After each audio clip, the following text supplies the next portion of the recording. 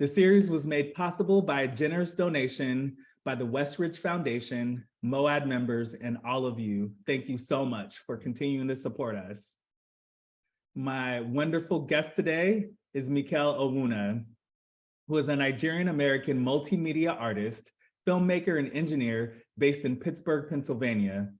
Exploring the intersections of science, technology, visual art, Blackness, and African cosmologies, his work seeks to elucidate an emancipatory vision of possibility that pushes people beyond all boundaries, restrictions, and frontiers. Owunna's work has been exhibited across Africa, Asia, Europe, and North America, and has been collected by institutions such as the Metropolitan Museum of Art, Nasher Museum of Art, Museum of Fine Arts Houston, Middlebury College Museum of Art, Equal Justice Initiative, Duke University Pratt School of Engineering, and National Taiwan Museum. We're gonna get into that one. His work has also been featured in media ranging from the New York Times to CNN, NPR, Vice, and The Guardian. He has lectured at venues including Harvard Law School, World Press Photo in the Netherlands, Tate Modern, and TEDx. Owunna has published 2 monographs, Limitless Africans from 2019 and Cosmologies from 2021.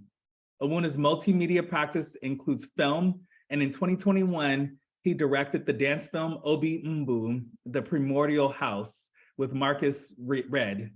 Owunna's work has been commissioned for major public art installations by organizations including the Pittsburgh Symphony Orchestra, Cleveland Foundation, Contemporary Art Museum Raleigh, Pittsburgh International Airport, and Orange Barrel Media. Welcome, Mikael. How you doing? I'm doing good. Great to chat. Great to see you and chat with you again. Always a pleasure. Yes, definitely a pleasure. This has been a long time coming, and I'm really excited that this day has finally arrived. Yeah. So yeah, how's everything going for you right now, and where are you joining us from? So I'm joining everybody from Pittsburgh. And yeah, things have been going really well. I think that every day I wake up and I feel that it's a blessing to have an opportunity to be an artist and creating the work that that I feel like is really driven by a spiritual purpose and a spiritual charge. And so, yeah, I think it's a blessing. And I feel like I'm very grateful to my ancestors and to all of the people, who are in community with me that really kind of help sustain and make all of that possible. So I think, yeah, I feel really happy, I would say. It was kind of like the word I would describe. That is beautiful. I love it. I love it. And I think that's also evidence in the work that you create. I said I wanted to kind of jump into this a little bit. I see that you had a Fulbright scholarship, and you went to Taiwan, and you're also in collections there. Do you mind jumping into that and telling us a little bit about that? What brought you, to Taiwan, and what was that experience like? Yeah, so I was a Fulbright scholar in Taiwan. And when I was there, I was teaching photography to Taiwanese Aboriginal students from the Atayal ethnic group. And in Taiwan has 2% of the population is indigenous, like Aboriginal, and they are actually the ancestors of all Polynesian peoples, and really have undergone centuries of colonization. Many other languages are endangered, the cultural traditions endangered, also like hired different social determinants of health that are kind of you really see in the community. So I think there's a lot of difficulties that are experienced there. And so when I was there, I was teaching the students photography as a way for them to tell the story of their community on their own terms. And I worked with first and second graders, and over the course of the year, they produced really gorgeous portraits of themselves, their family members, and then really their mythical narratives, and that project was then featured in a full floor exhibition at the National Taiwan Museum in 2014, where the students all came from their village and were featured in the capital. And then the exhibition from there then toured across Taiwan. And I also documented the project as we were doing it. And so I think that was my first major photography series, and also really intentionally engaging with mythical narratives and histories as a way to provide and using art as a way to catalyze conversations and also to open up new paradigms for creation within the community itself. And so I think the students were really engaged with the project, and I think that just left me feeling really inspired to think about my own personal narratives and own cosmologies and mythologies that undergird my own personal experience and work too. Oh my gosh, that is amazing. I love that. As an educator, I especially love that. I especially love that you were, kind of imparting these tools upon these young people to be able to tell their own stories. And in turn, it also informed your own, thoughts about your own story and thinking a little bit deeper about your origins and this work that we're going to see in a little bit. If for folks who haven't seen your work yet, dealing with cosmologies, it's amazing. Also, from my education standpoint, for the young folks out there, or just those people who are interested in possibly becoming artists themselves, can you talk about what first sparked your interest in art? And do you remember the first piece that you ever made? Yeah, so my interest in art, I would say, came from my personal experiences. So actually, when I was growing up, I was much more focused on STEM fields. So I ended up getting a degree in biomedical engineering. So I was really thinking about like science, technology, engineering, math growing up. And it was when I was a freshman in college, I was outed to my family members in Nigeria. And I was told that it was not of our culture to be LGBTQ, that it was un-African. And that experience really made me think about I started kind of spiraling into a lot of anxiety and depression. I didn't really feel like I had a right to exist. Mm. And a few months later, I found a camera. And the camera for me became my voice in a moment when I felt really voiceless. And so I kept continuing with photography all throughout college and began really thinking about creating these re-articulating narratives and rethinking through histories as well, using my artistic skills, and then also then integrating in with the engineering tools that I was building and working with. And so I think that was kind of how I began working in the arts, and was my initial inspiration. And I would say in terms of like the very first piece I created, the first like piece I liked, or first piece that I now think is decent. Like I think it's kind of different categories. Yeah. I mean, we all made art when we were in, preschool and Yeah. things like that. But I mean, I think maybe that I like to think that there's that one piece that you make and you're like, it awakens you to, I think this may be the path for me. Oh, very early on, you mean? I would say very, very, very early on, when I would go to Nigeria, I would do some like documentary photography around me. And I was also did some portraiture there as well. And I think there was one picture that I remember really distinctly where I took a photograph, and it was like there was like this dusty road, and there was a silhouette of these guards against like on this truck, and it was kind of like all darkly lit and very mysterious. I think from there though, I began thinking more about narrative within the photo, and how the photo is a way to articulate narrative. So I think those are kind of some of the early work from when I was doing more kind of documentary style. Okay. So was art always, it sounds like you kind of fell into photography as a means of dealing with things that were happening to you, and also to kind of understand you and the world around you. Was art, were you surrounded by art? Were either your parents artists, or did you have someone else in the family that had paved this way, or are you kind of a pioneer within? I'm the only one. I'm the only one. Yeah, I was the first and so far the only one as well. So I think it was definitely, you know, having to create a path for myself. And yeah, I think that has kind of also pushed me to kind of articulate my own particular vision for what that combination looks like, particularly coming from an engineering background as well. But yeah, I didn't grow up with art around me. I wasn't really encouraged even to go into the arts. So I think I've got to really, forge my own path in that respect. That's awesome. That's awesome. And that's also extremely brave to be able to go into that. It's like I speak to so many artists and they're like, my parents were artists. So, it was just natural for me. But I think, definitely where you don't see that way paved for you by anyone else, it can be a scary place to go. So I commend you for doing that. Thanks.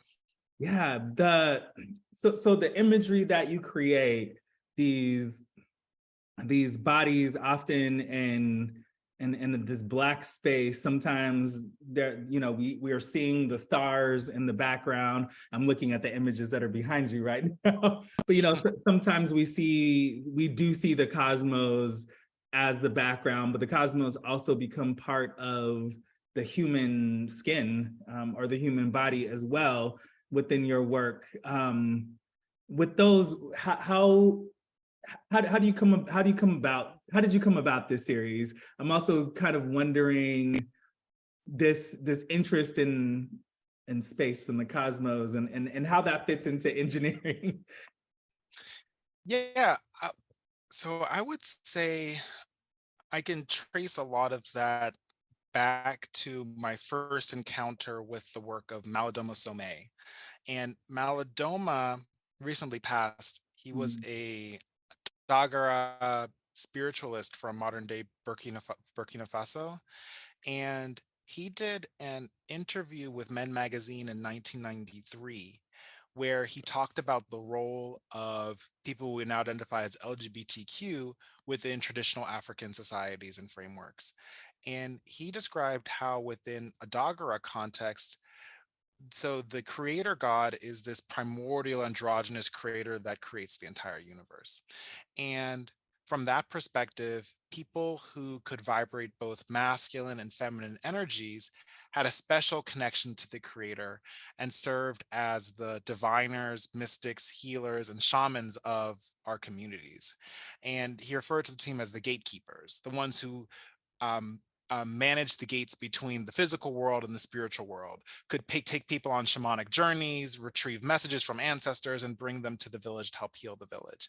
And so from that perspective, there's a divine purpose and cause for our existence as Black LGBTQ people. And so from interacting with Malidoma's work, I became really inspired to rethink about the relationship in terms of pre-colonial African sexuality and gender, but re-articulating it from the framework of the gatekeepers. So with the Limitless African series that I did, which was the first series where I traveled across the world and I interviewed and photographed 50 LGBTQ African immigrants in 10 countries over 6 years, I was trying to capture the contemporary lineages of gatekeepers today. Then from there, I mean, as kind of researching African cosmologies, I was really thinking about these mythical narratives where you have these queer androgynous deities where Blackness really is the divine cosmic source that creates the entire universe itself. And I became very curious to think about how I could pair my skills as and training as an engineer with my visual artistic practice as a way to summon the cosmic splendor of those deity figures in bring them into the physical plane and bring them into physical reality, manifest reality. And so I built my own camera flash that only transmits ultraviolet light. And then I hand paint my models' bodies with fluorescent paints. And this also within African ritual practices, because now thinking about my own work at this point from Maladoma's work as me being a gatekeeper, and gatekeeper in this spiritual sense, and me being able to reveal with my artwork a divine mirror of the true essence of the human being, the true essence of Blackness, the true essence of queerness. And so literally literally working with this invisible spectrum of light, and taking back the veil, and in literally for a fraction of a second, this glowing celestial being manifests the deity on the physical plane, and they then disappear back into the blackness, and then that's then captured onto the camera sensor. And so it became this joint spiritual and ritual practice that has really owes so much to Maladoma's poetic vision and description of the spiritual force of queerness within African framework in a way that transcends the contemporary distortions that we have, and the homophobia and transphobia that we have due to colonialism. Wow, that is incredible. And now I have so many more questions for you. I wasn't quite sure that you were the person painting. I've interviewed other artists and they're like, oh, I hire folks to do that part. I stay behind the camera, right? Or they create the vision and then have someone else implement that. So with this UV reactive paint, I'm just curious, when you're applying it, can you see it? Or in your head, I'm sure you know what it's going to look like, when that flash goes off, but is it vastly different? I haven't seen the documentation of the standard light photography. Yeah, it's vastly different. I mean, you can actually barely see the paints in the visible spectrum. And so, I think that's also part of the ritual itself, and the unveiling of the true essence, because this is a vision that cannot be seen with the human eye. And so what I do use is that as I'm painting, I will use, to be able to preview it, I can use like a black light to get at least a sense of the general color scheme and where I'm going with it. But there is this element of surprise when the gateway opens, when actual photograph is taken and the divine being reveals themselves within the studio space. And so I think that is always an element of surprise that does come up within the studio space. And then we then work with the figure. We then also will adjust the painting as needed, to going through that. But yeah, I think that's kind of how there's a very big difference, just because the paints are not really visible within the visible spectrum. That is absolutely incredible. I want to take that cue to start pulling up some of your images. And so just give me a second. You would think after 3 years, I'm much better at this, but I'm still clunky. So just bear with me for a moment. I think we're on there. And just confirm with me, are we seeing the correct screen here? I'm seeing your presenter view, which has your notes. Seeing the presenter view. I don't know why it likes to do that to me. Is that okay? better? Yeah, that's better. Yeah. It does it to me. I practiced in advance, and it does what it wants to do. All right. So this image is not what we were talking about necessarily, but please tell me about this image. Yeah, so this piece comes from my Limitless African series, which was the series where I was documenting LGBTQ African immigrants in 10 different countries and revealing these contemporary gatekeepers, and their narratives. And so this piece was taken in 2015. It's an image of Gacie, who was a bisexual and queer Nigerian Trinidadian woman in Port of Spain, Trinidad. And here, one of the things that, kind of returning back to the work of Malidoma Somé that I described about the gatekeepers, and within Malidoma's work, he talks about within the Dogra context, because if you could vibrate both with both masculine and feminine energies and had this special connection to the creator, you had a state, you could experience a state of vibrational consciousness that was far higher and different than what others would experience.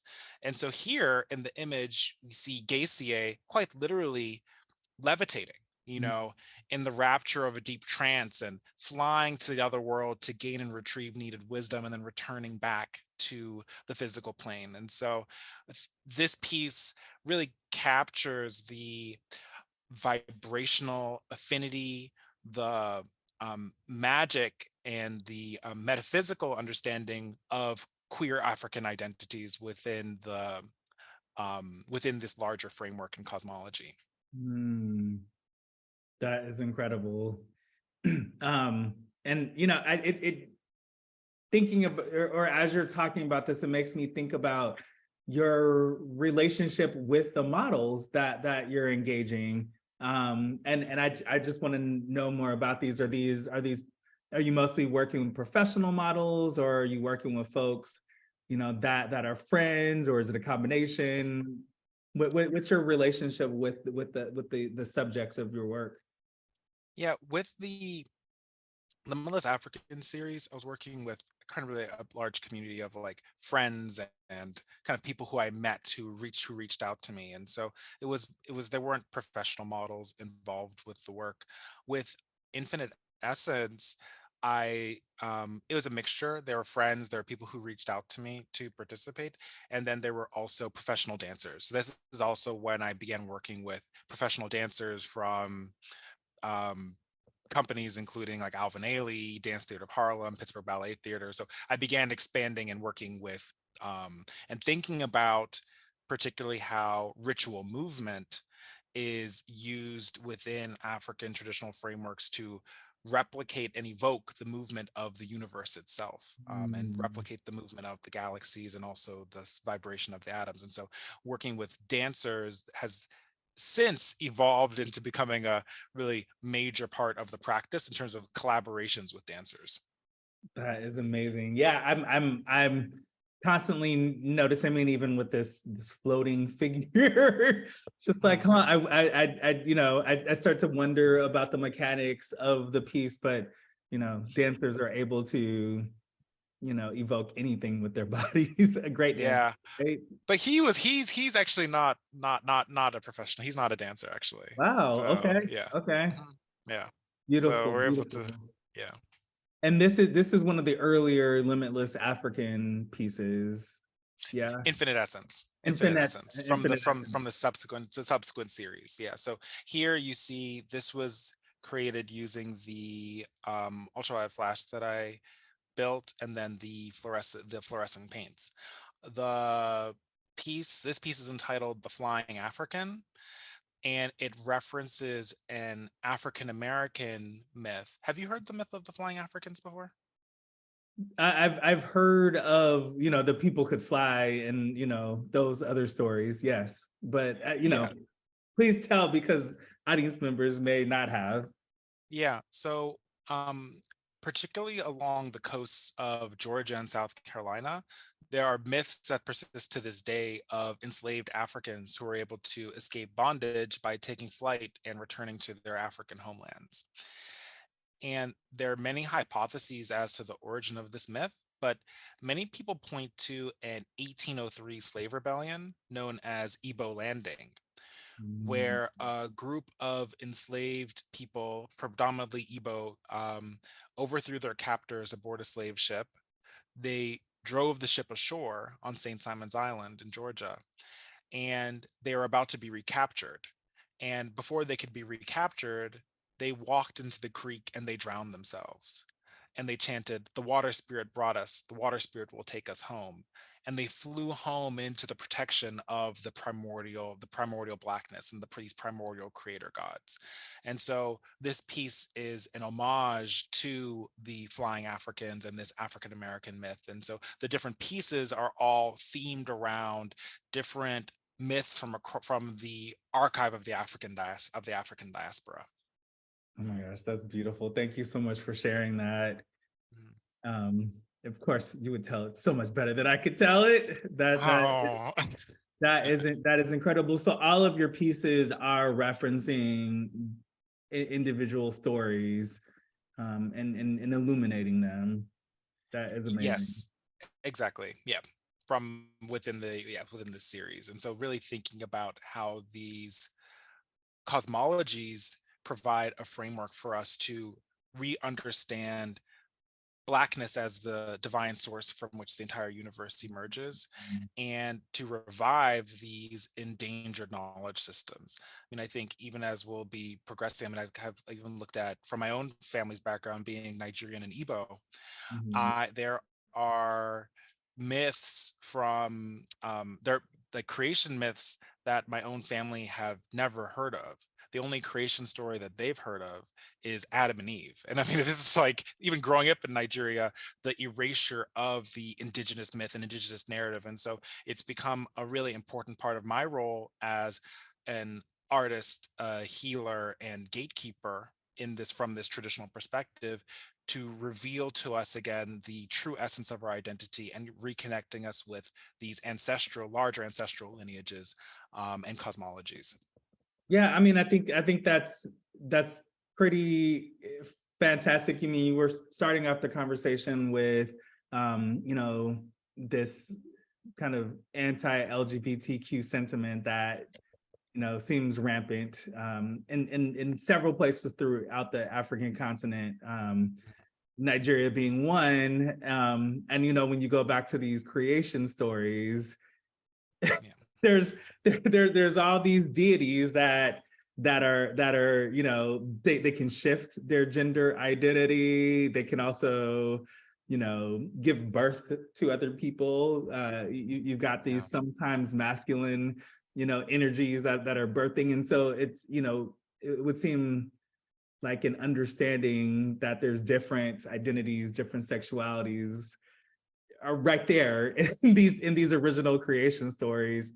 So I think it's really fascinating that you're re-earthing them and kind of reintroducing them to folks who even grew up within the culture and aren't aware of those stories. Yeah. Yeah. It's a part and part of the reclamation process, and Mm, really thinking about how to do that. Me, for me, and then also with the collaborators I work with. I have a a collective of Black LGBTQ artists that I work with, the Rainbow Serpent Collective is what we call ourselves. We're all really thinking about the all the different media that we can use to revive and extend these endangered knowledge systems as a way to advance Black LGBTQ culture within a contemporary context. wow. All right. And with that, we're gonna get to some of those in just Mhm. a second that you sent me. Yeah, this piece is just wow. Um, Absolutely beautiful. And this is, I believe this is a still, correct? Yep, this is a still image. Mhm. And did you want me to just jump into the film, or do you want Oh, to no, talk? no, no, no, no, no. I'll talk about this piece. Yeah. So, um, this image is entitled "The Resurrection of Eke Nechuku," and this one comes from a West African Igbo myth of creation.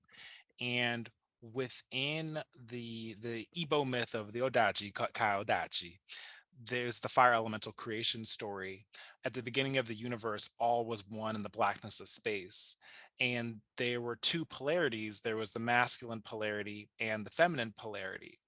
And they existed in total harmony until Chuku, the masculine polarity that you see in the image on the right, sectioned off a corner of space exclusively for himself in the form of a sacred pillared chamber.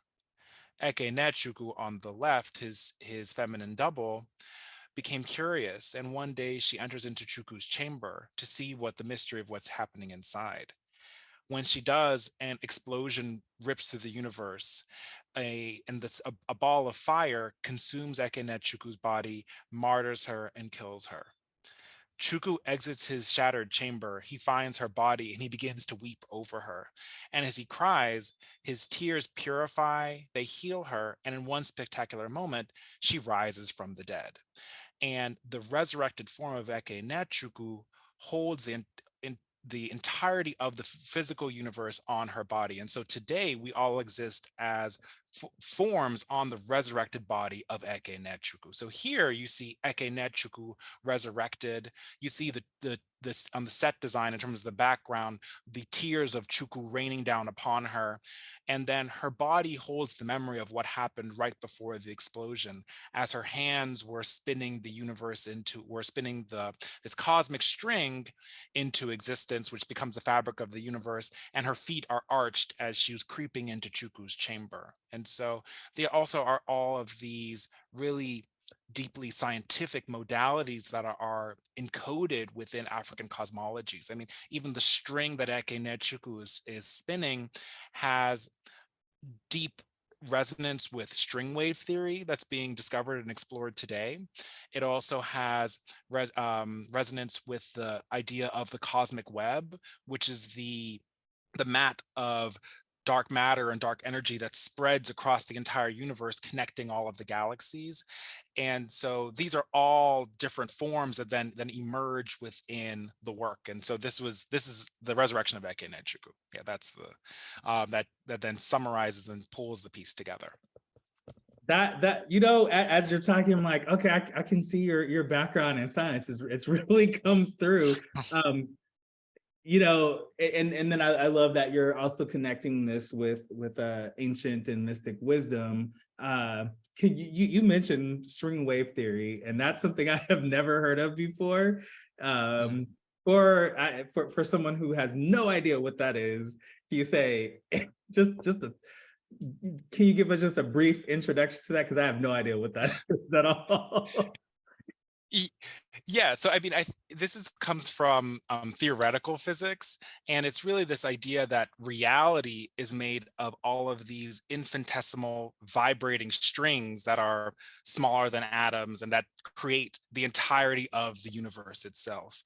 And so if you think about Eke Netchukwu at the beginning of the universe, spinning these strings, right, that really has a deep resonance with these idea of these like subatomic particles that are kind of these strings that then form reality as we know it today. So yeah.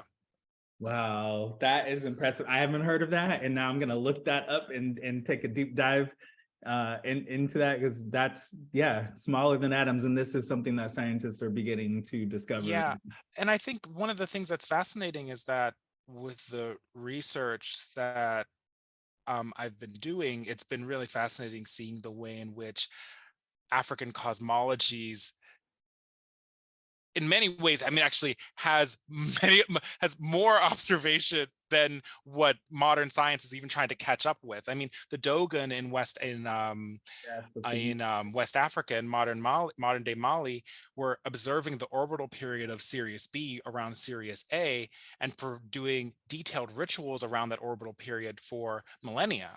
And it wasn't until the mid 1800s that Europeans even detected that Sirius B even existed. And so it shows the deep mystic wisdom and cosmic wisdom that our ancestors have always been engaged in, and is in the science that is embedded in ritual practice as well. So I think that's one of the other important parts to think about in terms of the connection between science, ritual, art as a way of connecting us to these higher vibrational energies, and also elevating human consciousness to the level of the divine as well.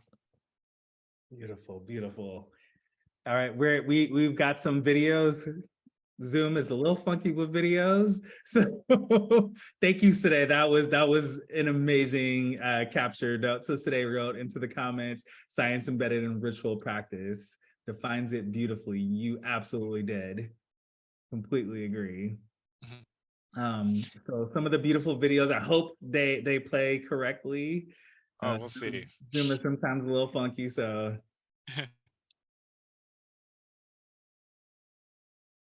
And we can put like a link in the chat too.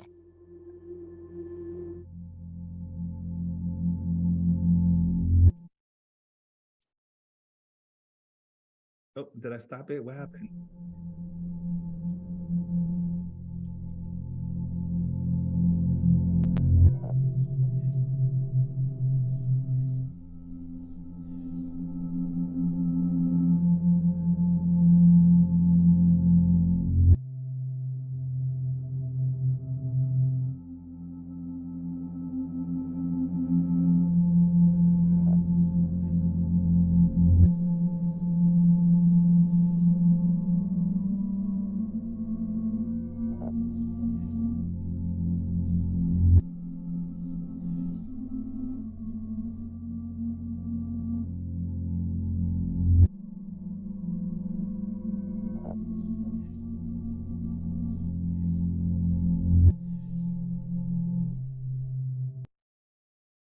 Beautiful, beautiful. And so this is the creation myth that you just told us about. Yes, yes. So, began in photography, and then in Mm. 2020 began thinking about expanding into multiple media as well. And so, with my collaborator Marques Redd, who I co-directed the film with, at the beginning of the pandemic, we began a book group for Black LGBTQ people to learn about African cosmologies. So this is a Zoom group where we would gather weekly and we'd be reading texts and learning about different mythical traditions and re-articulating and thinking about the role, our spiritual purpose and divine purpose as Black queer people, and then this connection to African cosmologies as its base. And as we were doing so, we were reading this mythical narrative of these two deities from this Igbo myth that create the entire universe through dance. And this became the genesis for us to actually build a collective of artists, this Rainbow Serpent collective, where we've been working with artists really kind of in really across the world, who are thinking about how do we advance Black LGBTQ culture, and particularly through this fusion of art, technology, African cosmologies for this larger mission of healing. And so we worked, there was a team of 8 of us who worked on producing the film, and it really then kind of started growing from there. The film was then released in 2021, fall 2021, in New York City, and now has been really touring the country since then. It's been to Los Angeles. It's been like to the North Carolina Museum of Art, where it's currently on view. Mm. And we just had a screening at MIT Media Lab just in March of this past year, Stanford, Esalen Institute. I mean, really just like really a broad swath of the nation, and really thinking about, again, advancing these mythical narratives through our artistic forms. And so from there, we've really been expanding into additional formats and additional media. But yeah, this was our first major project, and it was a 30-minute experimental dance film for the full piece that we put together. Beautiful. Wow. Um, I need to go check that out. Going into the next video piece. I'm glad it worked last time. It did. It worked very well.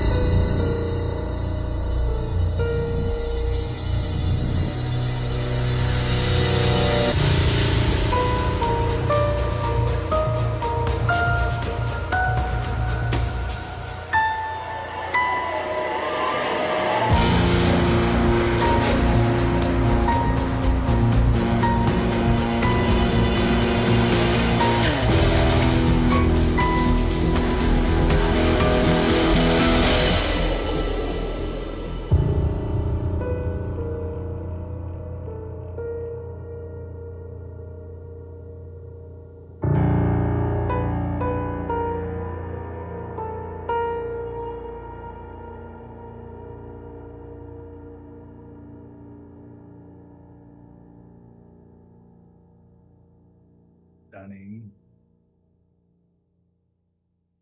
Absolutely stunning. Very exciting to share this with you all. So this literally just was released today. Are you serious? Yeah. Wow. I mean, it was just like last week, because I was like, because actually I think the timing of this actually ended up working out really well, Dimitri, because it was like, I was like, oh, I've been working on this type of whole new body of work now for a while now, and so we're excited to now be able to to share it. But with Rainbow Serpent, the collective of artists that I'm working with, we also incorporated recently as a nonprofit organization as well. We have started working on the sequel to Obi Mbu, and we've been working on it for a while now. So that is the trailer. So the Four World Ages is our newest piece that's coming out. It's manifesting in three different forms. First is a live performance the debut of which will take place on Martha's Vineyard this summer, July 29th at the Yard. So if anybody is on the vineyard this summer, please come out. We would love to see you. We are also making it into a film. And then we've also released a photography series to accompany it as well. And so the piece follows on the whole resurrection scene from Obi Mbu, and this is the history of humanity from the beginning of history to the present day. And within Igbo myth, our human history is broken into four ages. The age of unity, where all of us are integrally connected to one another in the universe itself. Then the age of separation, when death comes into the world. Then you have the age of enlightenment and civilizations, where you have the great civilizations forming, but you also have at this time is when patriarchy and war and environmental destruction also arise. And currently within Igbo myth, we're currently in the age of suffering, where all technology that's developed is ultimately used to destroy. But at the end of this age, with the Igbo sages describe that there will be spiritually enlightened individuals that will arise to lead us all collectively back into the next age of unity, because history is cyclical. And so the piece itself becomes a ritual invocation and call for the end of our current age of suffering, and for us leading us all back into this next age of unity. And so it's been very exciting. I think one of the pieces I mentioned earlier has been, coming from an engineering background, thinking about the integration of technology with art and religion within an African context and mythology as a way to elevate human consciousness, and think about African cosmologies in that way. And so these are larger artisanal traditions and mythological traditions and understandings of art as a sacred form. And so for us, in the trailer you just saw, we developed a spatial augmented reality platform.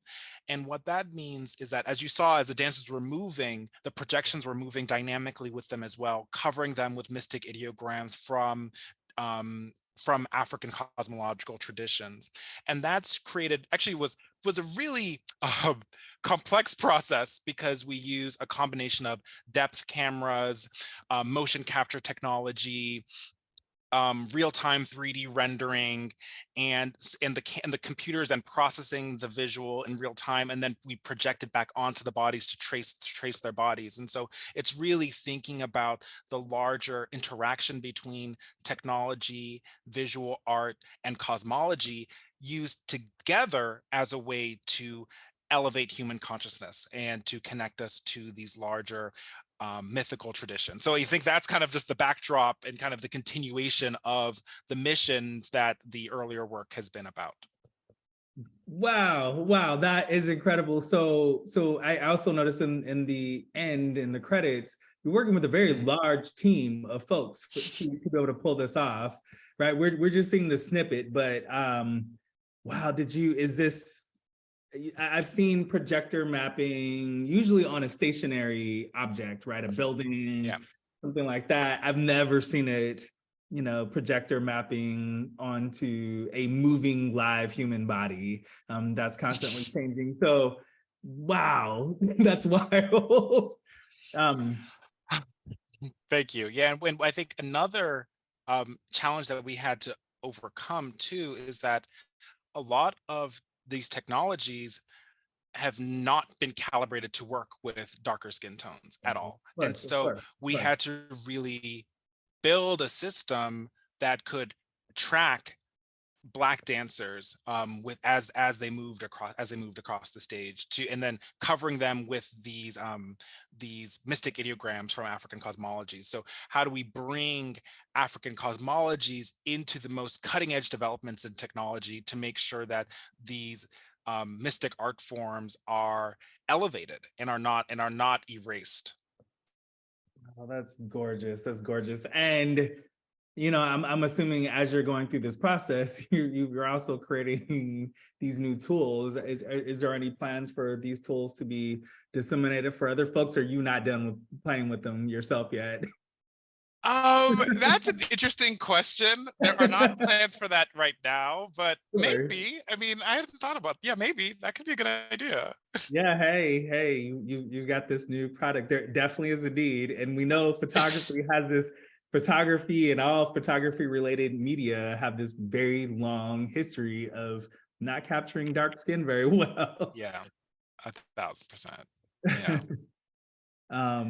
Yeah, and the models, the dancers that you are working with are gorgeous folks also. Thank you, thank you. So yeah, so these are the photos that are also that are accompanying the For What Ages series. So again, these are just fresh off the press. But yeah, these are the accompanying photos for the series that depict the myth. And so I think you can see the conversation with the earlier Infinite Essence work, but then also this extension into really thinking through larger scenes, mise en scène, and then also created a set that incorporates Nsibidi, which is a pre-colonial writing system from southeastern Nigeria, which is encoded with, again, all of these mystic knowledge that our ancestors had been working with. And so again, it's like another way of extending the work and placing us directly in conversation with the the gatekeepers of old, I guess, if you will, these ancestral traditions. Absolutely incredible. And so you're working with the combination of still photography as well as video and then also live performance is happening. Yep. The live performance will be the full actually the full stage performance version of it. Yeah. Okay, I have a question that just popped through from our friend Lucreza. Is the indigo color of their skin symbolic of indigo children? And Lucreza, please say a little bit more about that. Yeah, what are indigo children? Could you tell me a bit more about that? I don't know. I actually want to know a little bit more about it. I know it'll take a moment to type that. But is there a significance to your use of indigo? I am seeing that in here, and of course Nigeria with the long, with the Nikkei workshop. Yeah, it was more so referencing within the Epe Leopard Society, which was a secret society from southeastern Nigeria. There was these indigo cloths that were used that are used there, and so these indigo cloths are covered in Nsibidi ideograms. And so let me not mispronounce it, but I believe it's Gara cloth. Yeah, but anyway, so the cloth of the Leopard Society is again infused with these mystic ideograms, and so that's the indigo reference comes from them. And also my paternal grandfather was also a member of the Epe Society too. So I think I didn't find that out until I actually found his funerary pamphlet where he had this indigo cloth that was wrapped around him with Nsibidi covering Nsibidi insignia covering the entirety of the fabric. So that's a conversation there within a southeastern Nigerian context. Beautiful. I mean, for me, it also kind of raises, how in Tuareg culture, which I guess some of that also flows into Nigeria as well, where they're called the blue people as well, because they have the cloth where they pound the indigo into it. It's not tradition, it's not dyed the way that we think of dyeing. And so as you sweat, as you perspire, the indigo starts to stain their skin, into this color. I think there's lots of different references. Today is saying, oh no. Lucretius is saying, it is said that indigo children are demigods, come in human form. They're believed to possess spiritual, supernatural abilities. That definitely fits within the context of the conversation, and probably does showcase, as we've been mentioning, you mentioning, Dimitri, from a Tuareg context, me mentioning it from a Igbo context with the Epe Leopard Society, that the color itself, because I think even, color has vibrational metaphysical properties to each color that are also associated with different deities and different spiritual signatures. And so indigo, I think indigo definitely has that association within a Igbo context. And it's interesting to hear also from a New Age spirituality context that those color affinities are also being evoked in this understanding of the indigo children. Yeah, for sure, for sure. This is such an enlightening conversation. I'm loving it. And this is also from the project that dropped today, you said today? Yeah, exactly. Just today.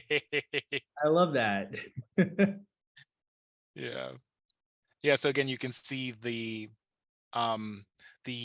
insipidity that really covers the entirety of the set that we built. And so I think it was really exciting to think about the direct placing us directly in conversation with these pre-colonial spiritual systems in this way within each of the photographs themselves too, to illuminate this human story of human history, and the long arc of history that our ancestors have been thinking about. And so literally in creating a spiritual space, a spiritual gateway and door, talking about this work as a gatekeeper. So literally creating a set which becomes itself a spiritual gateway and portal to then allow the dancers to then invoke the end of the age of suffering and the invocation and leading us back into this next age of unity together. So these are all, again, part of this larger Four World Ages body of work that the Rainbow Serpent Collective that we're producing. Absolutely beautiful. I love the messaging behind it. And I love that your work is also calling in this new age in this way. And that's also the significance of the four dancers, I'm assuming, as well. Yeah, exactly. For each yes, a dancer for, yeah. Four is also a sacred number within Igbo cosmology. The four represents the four cardinal directions: north, south, east, west. The four also represents the four elements: earth, fire, water, air. It also represents the four market days, because the Igbo week is 4 days of the week. Eke, Orie, Afo, Nkwo. So these are 4 market days as well. So it's this kind of this spiritual number as well, and also then reflected within the 4 ages of humanity itself too. So you see them also representing simultaneously all of these different aspects of the cosmology with the 4 figures, the elements, the cardinal directions, the market days of the week, and then also these 4 ages of human history. Incredible. I'm gonna stop the share because I can't see if there's other questions happening while I'm sharing it. Beautiful, beautiful project. And we can see this on your website. That where we're Yes. You can find it on my website, and then on the Rainbow Serpent website as well. So yes, birth, life, death, and rebirth today. Exactly. Yes. Another aspect of the 4. And those the 4 pieces you're saying, birth, life, death, and rebirth, those are also integrated into the different aspects of ritual itself, in terms of ritual practice, where you ritualistically die to your old self and then are reborn again. And so that's a great observation as well. This is amazing. I mean, you're definitely giving me, you know, I'm thinking also as today is putting those four things in, the connections between different traditional African religious beliefs, and you know, that were transported across the waters into, you know, into all these Americas and all the different places, because that also makes me think of, you know, the Congo cosmology system, Mhm. of the four Mhm. moments of the sun, thinking about Mm. that, and you know, if we don't know this history, we're not able to make those connections.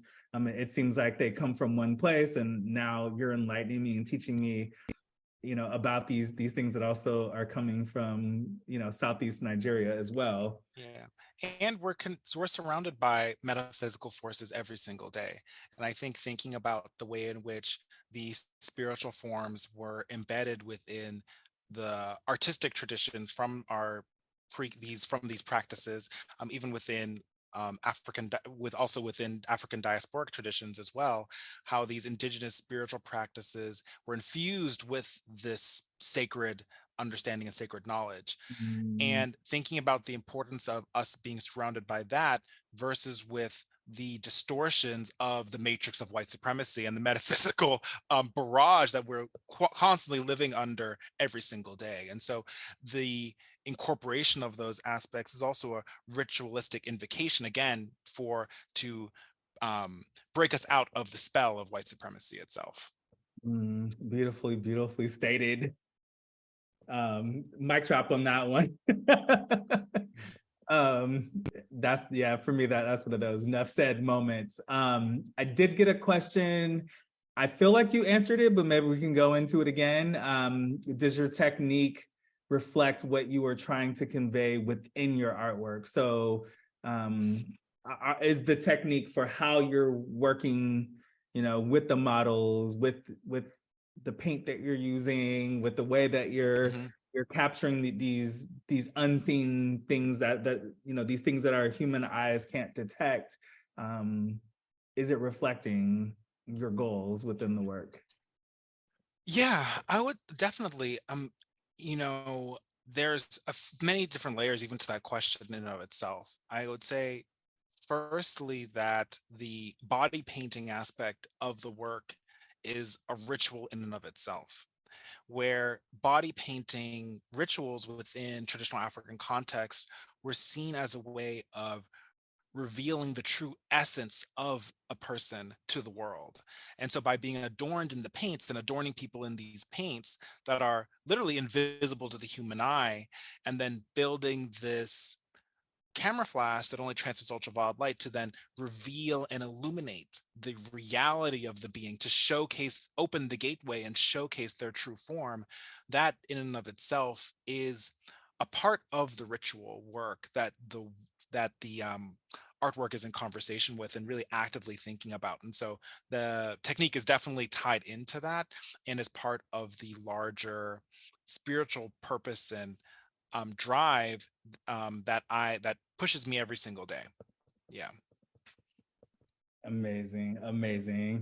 One last push. Where can we see your work next, besides online? Any plans for residencies, art shows, traveling? Yeah. So as I mentioned earlier, I just, we have our Black LGBTQ art nonprofit, Rainbow Serpent, and we are working on really a variety of programs, including the live performance on Martha's Vineyard this summer.